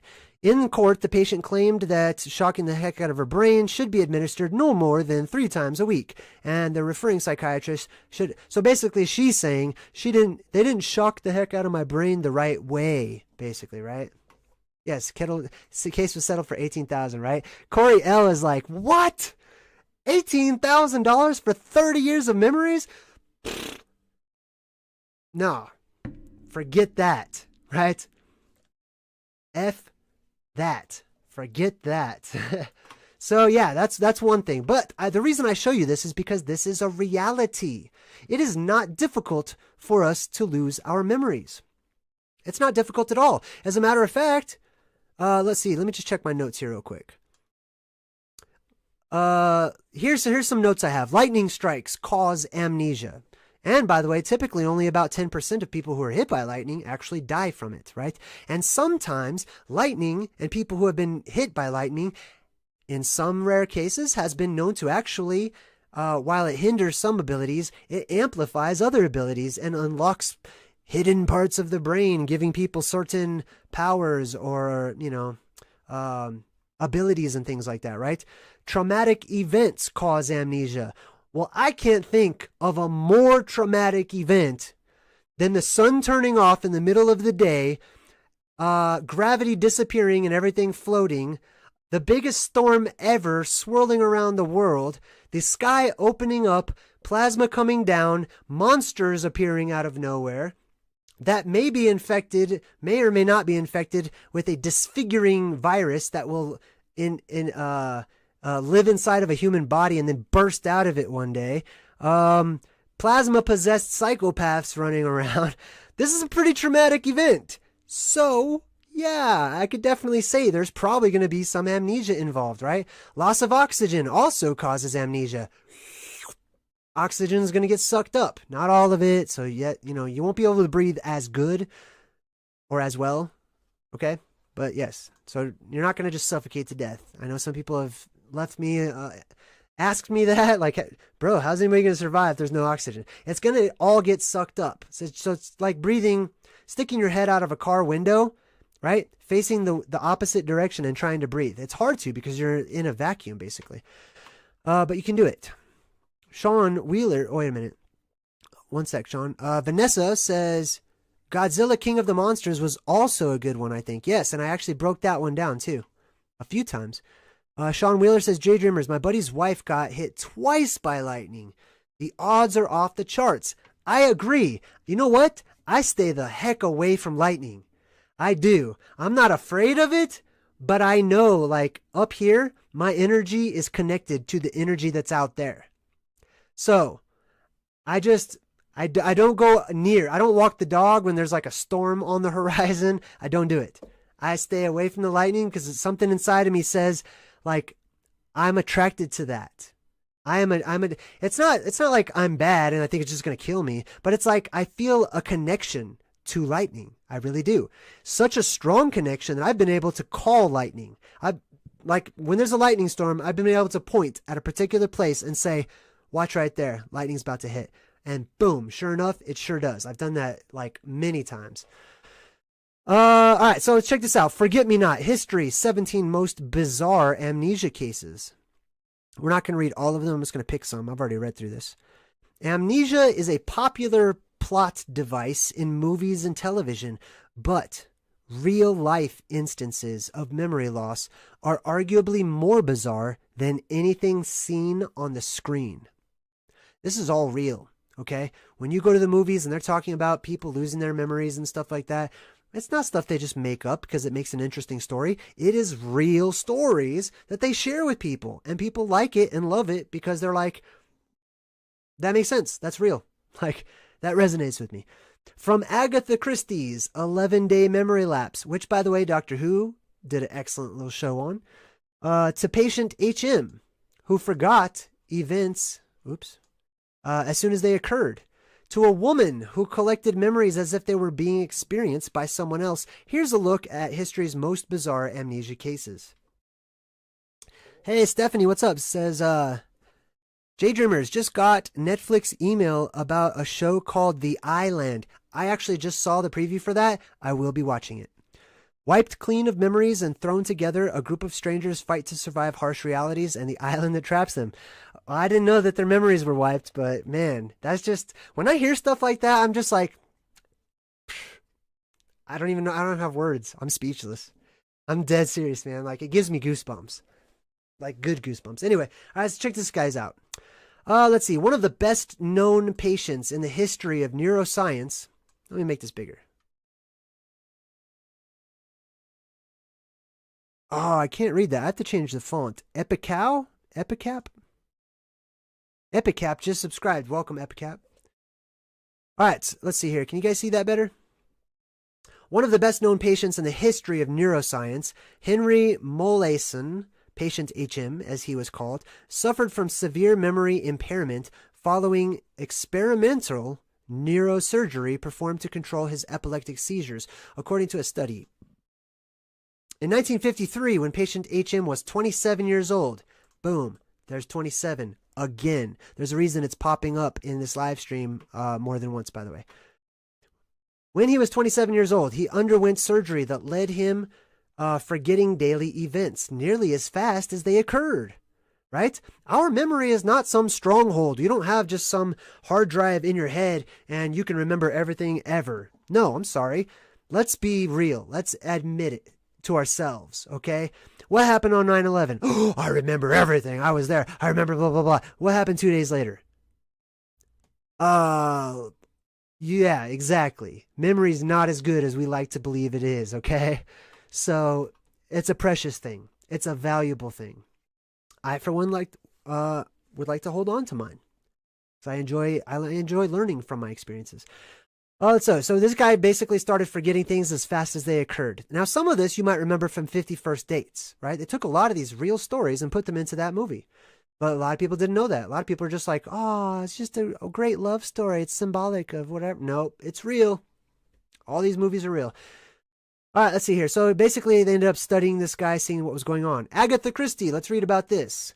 Writer Agatha Christie captivated readers with her novels about detectives hunting for clues to solve mind-bending mysteries. But Christie became the subject of a real-life mystery in 1926 when she disappeared for 11 days and then discovered 200 miles from where her abandoned car had been found. Christie claimed to have no recollection of where she had been or what had happened during that 11-day period. If you want to know what happened, you could probably just go watch Doctor Who. I mean, because they did a whole show on it. Let's see. After Christie was located and identified by her then husband, Archibald, right? He said in a newspaper interview, she has suffered from the most complete memory loss, and I do not think she knows who she is. She does not even know me, and she does not know where she is. I'm hoping that rest and quiet will restore her. Her husband she didn't know who her husband was. Okay? This might actually happen. People are going to have to look through the rubble that falls back down to this world. Steampunk survivors, right? One second.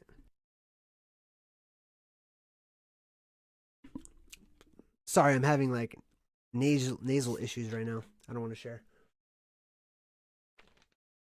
People will look for clues to their own lives. Okay? There was a movie. I was trying to find out which one it was, but there was a movie I started to watch. I never ended up finishing it. But at the beginning of this movie, there were these astronauts in space. And when they came out of their, like, whatever it was, sleep deprivation or sleep, whatever, you know how, like, they put astronauts into, like, deep sleep so they can live longer and travel farther or whatever. Well, when these astronauts woke up, these guys had amnesia. And they had put pictures of their own family members with them to remind themselves, like, hey, don't forget, this is your family, right? I know a lot of us like to think, like, oh, I could never forget my daughter. I could never forget my son. I could never forget my mom or my dad. Yes, you can. Given the right conditions, yes, you absolutely can. So let's be wise, right? Let's look into this stuff. Let's figure out why this happens. Let's figure out what we can do to protect our memories, to lengthen our lifespans, to make life better for ourselves, instead of just blindly walking around hoping it's never going to happen because you just don't think it will, right? Memory is a fickle and sensitive thing. Agatha Christie could not remember her own husband. He probably left her after that. I don't know. Ansel Bourne. You see that movie, The Bourne Ultimatum, right? Well, that's what this is about. Matt Damon's popular film character, Jason Bourne, a skilled assassin. Okay, so think about that, right? Somebody that got zapped, plasma possessed, docked with their brain rebooted, has amnesia, and all of a sudden he's a killer. A killer on the road, okay? Shares his name with another amnesiac, a 19th century man named Ansel Bourne. In March of 1887, Bourne, an evangelical preacher from Rhode Island, woke up in Pennsylvania. I like that word. Pennsylvania. I should break that word down sometime. I think I have before. And couldn't remember how he got there, nor could he remember any of the events of the past several months, according to the Historical Society of Pennsylvania, right? Now, I also want to point this out. This is also technology, okay? So I'm not saying this, all these instances is all plasma and whatever. No. There are mechanics involved. And for those certain groups out there who understand the mechanics and can replicate it on a small scale, MIB, right? They can absolutely do weird things to your body that you don't even understand because you don't believe your body is mechanical and electronic in nature. They can do that. You see those, you ever listen to those stories about aliens, right? And aliens show up and all of a sudden people are like, and they're just frozen. That's because they have technology to freeze you. It's not difficult when you know how to do it. They have technology to make you forget stuff. They have technology to screw with your vibration to make you mad. I promise. Okay? They can just shoot out a signal and it'll tempt every little atom in your body to become irritated, irritable, upset, angry, frustrated, whatever it may be. And I'm telling you right now, if you start to feel that, that's a red flag. Get away from wherever you are. Get away. Go take a shower. Go take a bath, just like Tom Cruise tried to do, right? Like how we saw. Do something to protect yourself, okay? But probably the easiest thing is to go somewhere else. Unplug everything in your house. If you're in your house, unplug all that stuff. If you start feeling that way, be careful. Be very careful. Be finely tuned into your emotions. Be finely tuned into your feelings about things. Search your feelings. Like as they say in Star Wars. Mother Dragon says, JayDreamerZ, memory loss is just the inability to consciously recall memories. They are still there on a subconscious level and cannot be deleted. Well, they sure can be uploaded, right? They sure can be read by other people, that's for sure. But yeah, I totally agree with you. They're all still there. I like to call that spirit memory. That's the memory. That's the information that's contained within the plasma or spirit, right? And I'm not too sure that that ever goes away. Let's see what else here. WO. Let's see. What is this one? Oh, some guy got a root canal. You see this? After getting a root canal, all of a sudden he had amnesia. And they said there was nothing wrong with his brain, right? He just got this root canal. His hippocampus was undamaged. That's a portion of the brain. Initially diagnosed with psychogenic amnesia. That just means like it runs in his family. Memory loss following psychological trauma. Oh, okay, I was totally wrong. All right, so I take that back. Memory loss following psychological trauma. This is something that many of you know because many of you like to follow, those other channels out there that are very into the Illuminati and into the scandals and all that type of stuff, right? Well, we know that there are groups of people out there that know how to flay the mind or split the mind or develop alters in the mind, subsections of personalities and things of that nature. And they do it through psychological trauma. They don't have to. There's other ways to do it, but this is the way they have chosen, psychological trauma. There was no trauma immediately preceding his first amnesiac episode. Researchers reported a study published. Okay, blah, blah, blah, blah, blah. All right, let's read the next person. Hey, check it out. It's Harrison Ford. Well, I don't know if you guys remember this. He basically crashed an airplane, right? The pilot of the Millennium Falcon crashed an airplane into a golf course and couldn't remember the next 5 days. Basically, because it was a traumatic event, right? Or he says he couldn't, I don't know. Who knows? But that's the story. Says he can't remember the last 5 days, can't remember crashing. And this constantly happens as well. The brain will basically shut off if it feels like it's about to die. It doesn't want to experience death. Like if you jump out of an airplane and your chute doesn't open, before you hit the ground, the body's going to turn off, okay? You're not even going to feel a thing, right? Just go limp. Just like they said in that other movie we broke down. All right, let's see here. What else? Retrograde amnesia. So there's different kinds of amnesia. There's the kind of amnesia that you don't remember the past. That's retrograde amnesia, whatever happened before that event. And then there's other amnesia, like you can't develop new memories, right? There's different kinds of amnesia, basically. Let's see here. Yeah, this guy's memory only lasted a few seconds. So he's like that guy in 50 First Dates that like you say hi to him and like 5 seconds later he's like, hi, and he tries to introduce himself again. That's just like that. So they made a movie about it, etc., etc., etc. Right? I'm trying to... I like that movie. Anyway, let's see. A French guy. Oh, this is an interesting story. A French man was found in Lyon railway station in 1918 and was unable to remember who he was and did not recognize his surroundings or recall how he got there. He was one of a group of 65 severely traumatized soldiers who had been returned to France by German officials, but he had no paperwork to confirm his identity. According to an account of the unfortunate man in Jean-Yves Lenaur's book, The Living Unknown Soldier, blah, blah, blah. Okay, so that was all written in a book. He was shuttled between asylums, and when hospital administrators shared his picture in newspapers in 1922, 300 families proposed that he was their missing relative. Now that I think about this, okay, I don't know why, but when it said asylum, it triggered a memory in my head. I remembered the movie 12 Monkeys. It's about the same type of stuff, okay? All this time travel deal, okay, it's not time travel. I don't think it is, okay? It could be, but that's not where I am right now.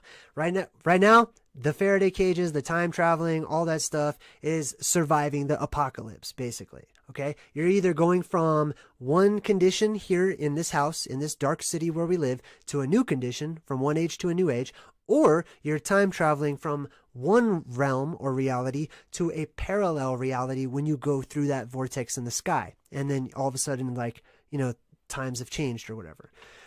But anyhow, something else that's associated with time travel, right, is memory loss, just like in 12 Monkeys, right? Which, I don't know if you guys have seen that, but I was telling Bruce Willis the whole movie, like, snap out of it, bro. Like, try to remember some stuff, man. Like, because he was out of it, dude. Anyway. So anyhow, yeah, that guy, he lost his. Patient RB. Let's see here.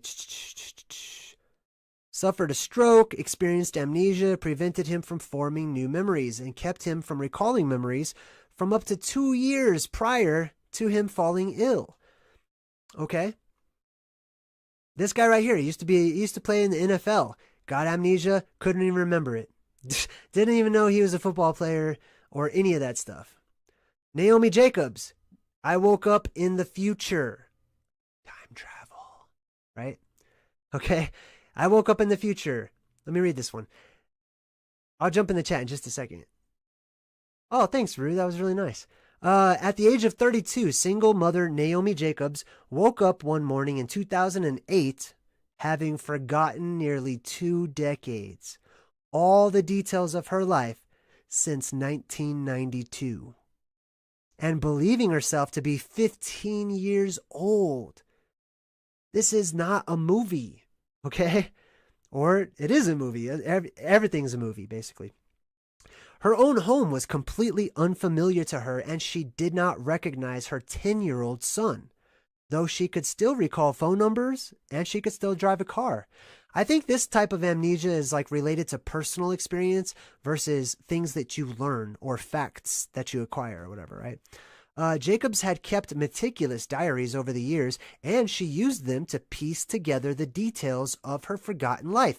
Exactly how I said, right? People are going to wake up into the new age with a brand new character, not knowing how they should be or how they should act or what their interests are, or, you know, do I like oranges or do I like spaghetti? Or actually, now that I just thought about that, Alita Battle Angel, the movie, right? Same thing. Alita is that robot. I don't know if you've seen it, but basically she wakes up in this junkyard because it's going to be a junkyard world, right?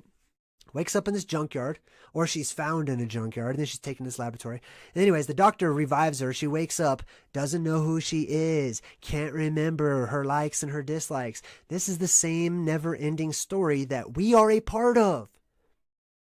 You're a part of something so much bigger. Oh, man, it's exciting. All right, anyway. I think that's good. We don't have to read the whole thing. That's not bad. Let me get this off the screen real quick. There we go. Okay, so that's enough about that. I would like to open up the chat a little bit. Does anybody out there have any questions or comments for me? If you do, just type in @JayDreamerZ. I always like to do this before I wrap things up because I want to make sure I gave everybody an opportunity to talk. I'm looking that way because, like, I move this thing around on my screen. I have a big old screen here, and I move it around. So if I make it small, watch this. If I make it small, and I put the little box of myself right under where the camera is, it looks like I'm looking directly at you guys, which is where I like it to be because I like to look at the camera as often as I can. The eyes are the window to the soul, right? So I like to look at the camera as often as I can. But I find myself getting distracted by all this other stuff that's on my screen. So I try really hard to come right back to you guys to look right at the camera as often as I can. Hey, I really appreciate it, Rue. That was a really kind thing to say. That was really nice. And it makes me feel good, man. Because I struggle with this. I struggle all the time. Am I a good person? You know, I come down hard on myself sometimes. I don't know if you guys can relate. But, you know, although I try to think of all the good things and stuff, like, I also have the bad things in there. And I'm like, I don't know, man. But ultimately, here's what it boils down to. I always come back and say, what's the point? Either 1, get rid of yourself. Or 2, and I'm talking to myself, by the way. I can't do this. I got to make it smaller. Okay, there we go. There we go. There we go. Perfect. So either this is the conversation I have with myself. Sometimes I'll get depressed, okay? Totally admit it. I get depressed and I'm like, man, you know, I remember all these bad things or all these things I said or all these opportunities or wasted whatever in my life, etc. And I come down hard on myself. And then I tell myself, all right, pal, what are you going to do about it? All right. Either find the door, right? I'm being careful about how I talk right now, but either find the door or let it go. Change. Go out there. Make good memories. Go out there and change your vibes. Go out there and make it all brand new. You can't go back in time, buddy. You can't do that. But what you can do is whatever's happening right now, and you can start collecting all of that experience, brand new experiences, brand new vibrations. Start collecting them up and change. You know, those are the only two options I have, period. I know it got real dark and weird for a second there. Sorry. I like to just share my life, man. I like to just tell you guys what I'm going through, things I think about, etc. Right? Anyway, let's see here. Logan Cook is in the chat and says, have you heard of exploding head syndrome? No, I have not heard of that. What is that? Stephanie McGuire says, JayDreamerZ, bad people don't wonder. Wow. Hey, I like that. That's a good little motto. What's a motto? I don't know. What's a motto to you? The Rickest Rick says, JayDreamerZ, I can relate big time. No worries. I used to rock my hat just like that when I was younger. That's funny. You remind me of me.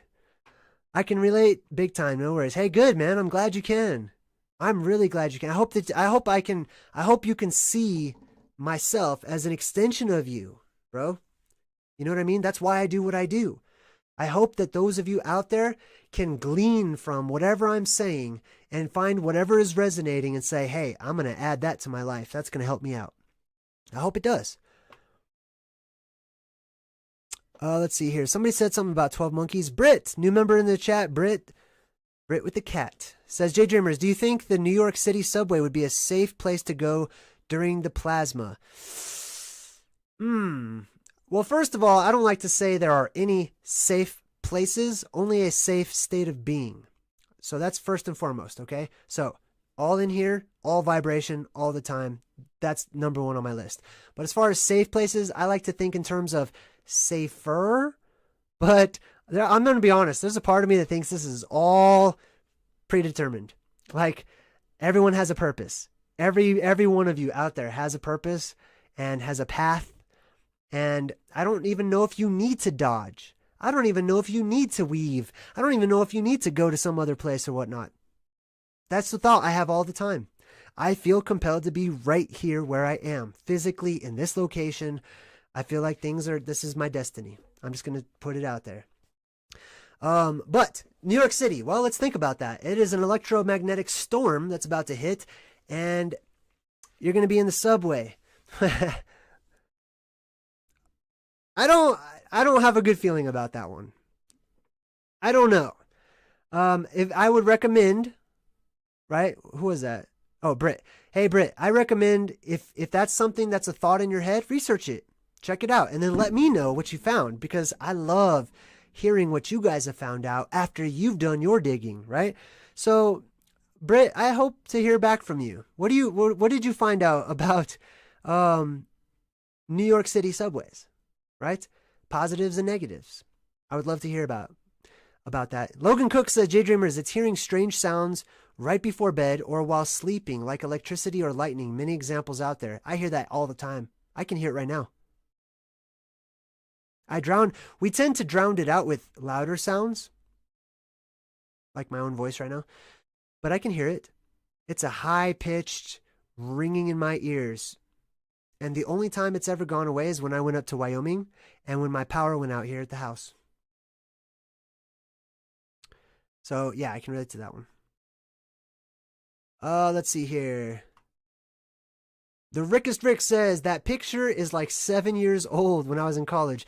I don't know if you guys remember, when I first started doing YouTube, I had this cheesy picture of me when I was like 20 years old. When I took that picture when I was in the Marine Corps, like I had my hat, it was all on sideways. I was trying to look cool and everything. I still wear a backwards hat. I'm pretty sure the hat's not going to last forever. Or it will be replaced with tinfoil. I'll probably just go full nerd, full on conspiracy. Who knows? I don't know.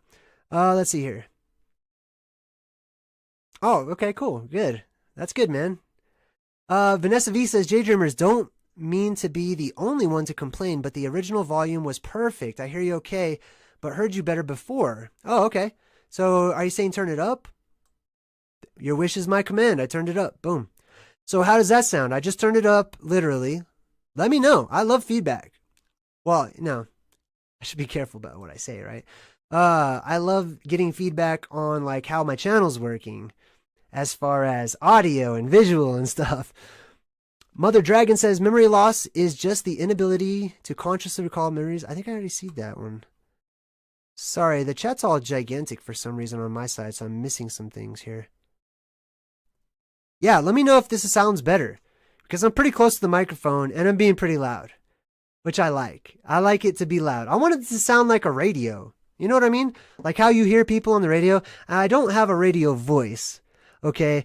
I don't have like, good afternoon, everyone, and welcome to Love Jams 99.2, or I don't talk like that, okay? And many people have told me I sound like Matthew Broderick or something like that. Great. That's fine with me, whatever. Samyaza says, JayDreamerZ, watching you is an understanding to change your vibes and wake up. Love more, hate less, one day at a time. Thanks, Jay. You're welcome, man. I'm telling you right now, one of the hardest things for me has just been like, I know these temptations. I know these tests of my patience, these tests of my frustration, things that they come out and they happen when I'm not ready. Darn them for doing that. They happen when I'm not ready. They catch me off guard. So what's the remedy to that? I have to be on guard. I have to be Asgard. I'm sorry, I had to say that. Simyaza says, JayDreamerZ, you got aluminum foil under that hat yet? No, I don't yet. But I'm strongly considering it. I'm telling you that right now. I am strongly considering that. Possibly. I have to look into the mechanics of that, right? I have to learn a little bit more about Faraday cages and how they work, because I think that's an important part of all of this. And I'm pretty sure that it's possible. I don't actually want to have tinfoil exposed, because obviously it's a conductor of electricity, right? I am learning a lot about electricity and how electricity works and what's a conductor and what's not a conductor and what repels plasma and what's magnetic and what's not. You know what I mean? I'm learning a lot about that stuff.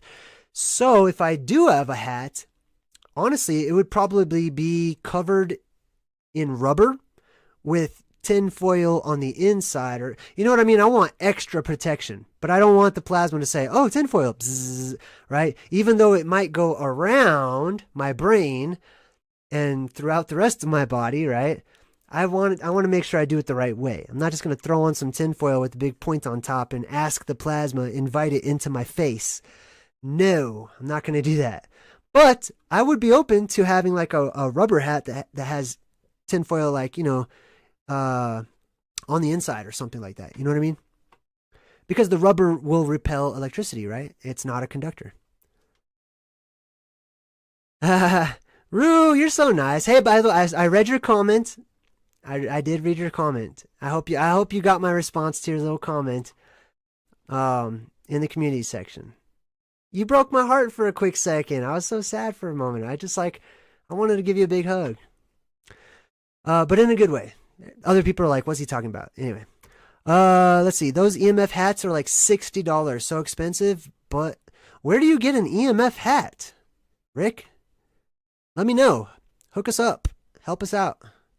A rubber suit lined with foil. Yes. Okay. Man, you guys crack me up.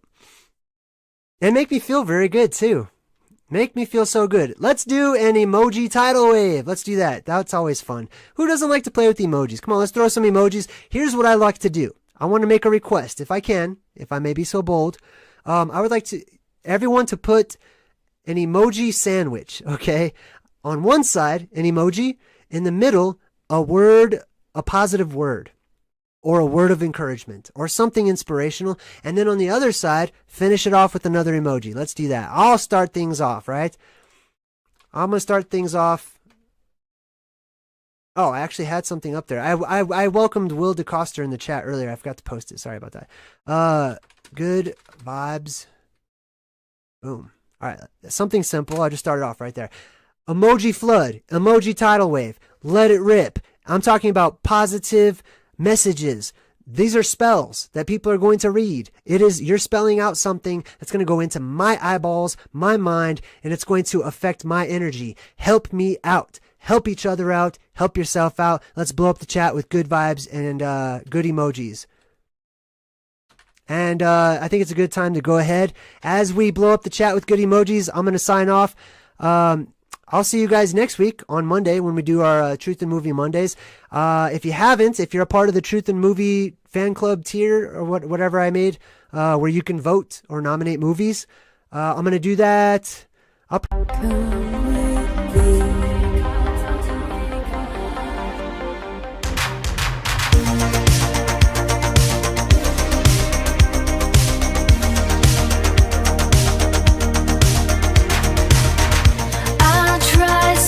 Hard to fade away, but something's forcing me to stay. It'd be easier for me if I turn away to flee. Oh, but there's something moving on, the way of being long gone. So many ways to escape, but I guess it's time to wake up, time to wake up. Far too many ways to escape, but I guess it's time to wake up, time to wake up. Time to wake up, time to wake up, baby. Time to wake up, time to wake up. Time to wake up, time to wake up, baby. Time to wake up, time to wake up. I know I should have done this, should have quit this long ago. Can't stand another heartbreak, but it's time to let it go. It'd be easier for me if I turn away to flee. Oh, but there's something holding on, the way of being long gone. There's so many ways to escape, but I guess it's time to wake up, time to wake up. Far too many ways to escape, but I guess it's time to wake up, time to wake up. Time to wake up, time to wake up, baby. Time to wake up, time to wake up. Time to wake up, time to wake up, baby. Time to wake up, time to wake up.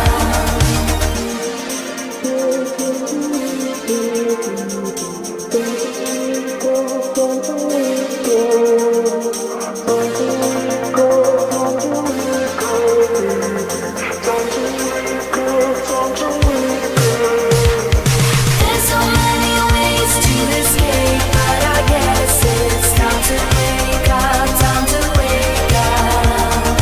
Far too many ways to escape, but I guess it's time to wake up, time to wake up.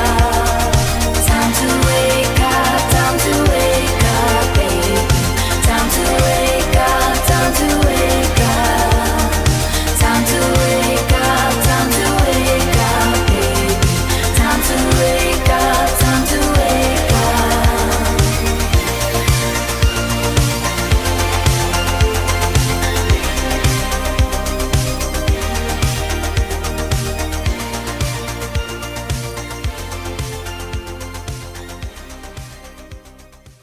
Cool.